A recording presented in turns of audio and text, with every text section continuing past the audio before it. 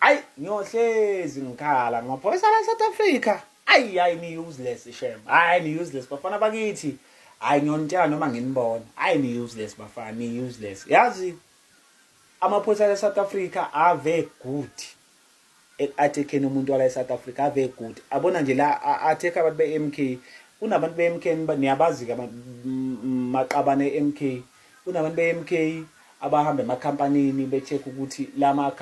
company asebenza ama foreigner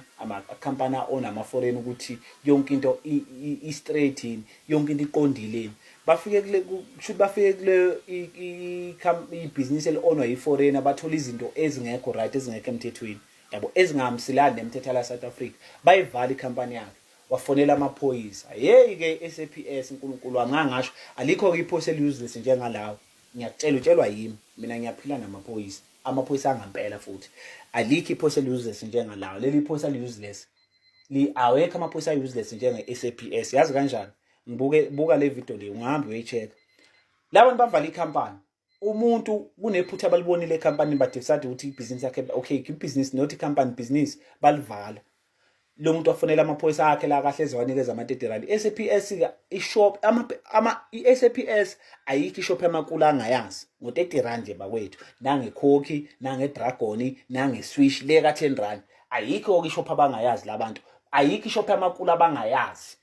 laba nje ayikho ishop emakulu abangayazi kuma nje bewuthatha idragoni neswish nekhokhi ayikho into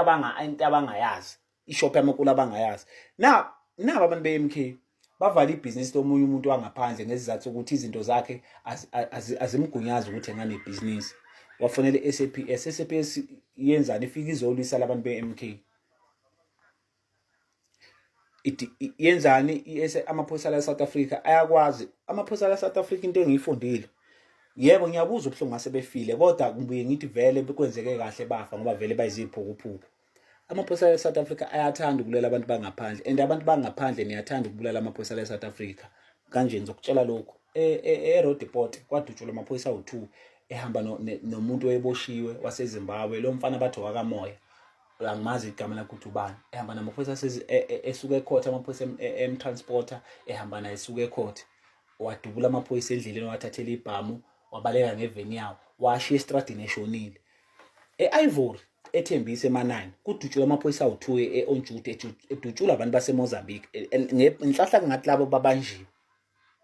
kodwa amaphoyisa agudi kabe kulwisena umuntu wala eSouth Africa olwa nomuntu wangaphandle ola eSouth Africa ngokungemthetho ngokwabukakelwa neoperation Dudula ilwa nabantu bangaphandle abala eSouth Africa ngokungemthetho yabo and kuyinkinga ukuthi ukubamba isigebengu esangaphandle esila umuntu wala yazi yabona nje umuntu wala waseZimbabwe la eSouth Africa ungabulala umuntu ubaleke mawufika ngale Zimbabwe so free noma ungadubula umuntu uhlale edrobheni ufike usuke edrobheni uyehlalela ethembisa free ngeke utholakale vele ayikho into ekubeka la eSouth Africa akho ngisho encane into ethi wena ibala eSouth Africa ngaye eZimbabwe mina ngifike ngihlale khona ngingene mangobe eZimbabwe kodwa eZimbabwe angafike ngidubulele nje abantu vele mina ayikho into yami eseZimbabwe ngathi iyangilink ukuthi ngikhona lapha eZimbabwe kumele ukuthi ngitholakale ngiboshwe no ngeke akulula abantu amaphoyisa eZimbabwe ngangithola ngadubula abantu eZimbabwe ngibale ngize la eSouth Africa ngifela eSouth Africa ngibe free yabo ingakho abantu beseZimbabwe bekwazi ukudubula amaphoyisa bebaleke beZimbabwe because bayazi ukuthi la befika ngale baba free yabo so amaphoyisa alwa nabantu beMK abantu beMK benza umsebenzi nginokubabona nje ama-video abo behambela amakhampani asebenza abantu abangaphandle abangenamaphepha amakhampani angarejistiwe aona abantu bangaphandle nginokuyibuka lento lebeyenza yabo ngiyincoma ithi hayi muhle lo msebenzi uright umuntu mayefuna ukuba nebusiness la eSouth Africa akalandele umgudu wala eSouth Africa kodwa mase sizofonela amaphoyisa angeke kube yazi into efika inginyanyisa ngamaphoyisa yini ngingwala eSouth Africa ungathiwa umuntu wangaphandle ufonela amaphoyisa ngami complaina ngami azofika same time ezekimi angithi ayazi ukuthi mina ngiyawahlola phela mina iphoyisa 1 iphoyisa akulula ukuthi iphoyisa mina ngalidubula 1 ngiyacabangela lo mfana unomndeni lo mfana usemncane lo mfana uphaphiswa uniform yabo ngiyacabangela iphoyisa umuntu wala eSouth Africa mezodubula iphoyisa kukancane ngalidubula ku-uniform angedubula ku-uniform uzolifuna la lingekho khona ku-uniform mase yalidubula kodwa labantu bangaphandle bawashaya khona efaka u-uniform and amaphoyisa e-South Africa aqedwa abantu bangaphandle wona laba alelwa amaphoyisa bayawaqeda bayababulala abantu bangaphandle bayaqeda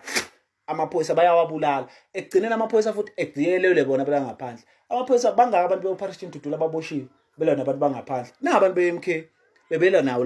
bebecabana ngoba beme kanje bephikisana namaphoyisa bebabuza ukuthi abantu be-MK babuza amaphoyisa wani balwelela abantu bangaphandle banibulala ekugcineni bathi hayi phela usifonele uyicomplainer 123 ngile abantu bangaphandle banikeza amaphoyisa o-50 o-30 rand cabanga i-30 wamakula ngithatha o-30 emakuleni siyazi ukuthi SAPS imali ayikho aninamali nihlala kuma-RDP siyakwazi lokho nihlala endlini zabazali benu aninamizi nemoto enihamba ngazo zi-useless iy'moto ey'ndala kodwa lokho akusho ukuthi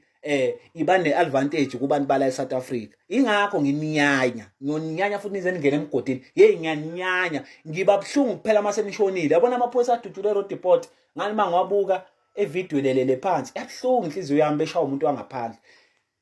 ngibukile futhi amaphoyisa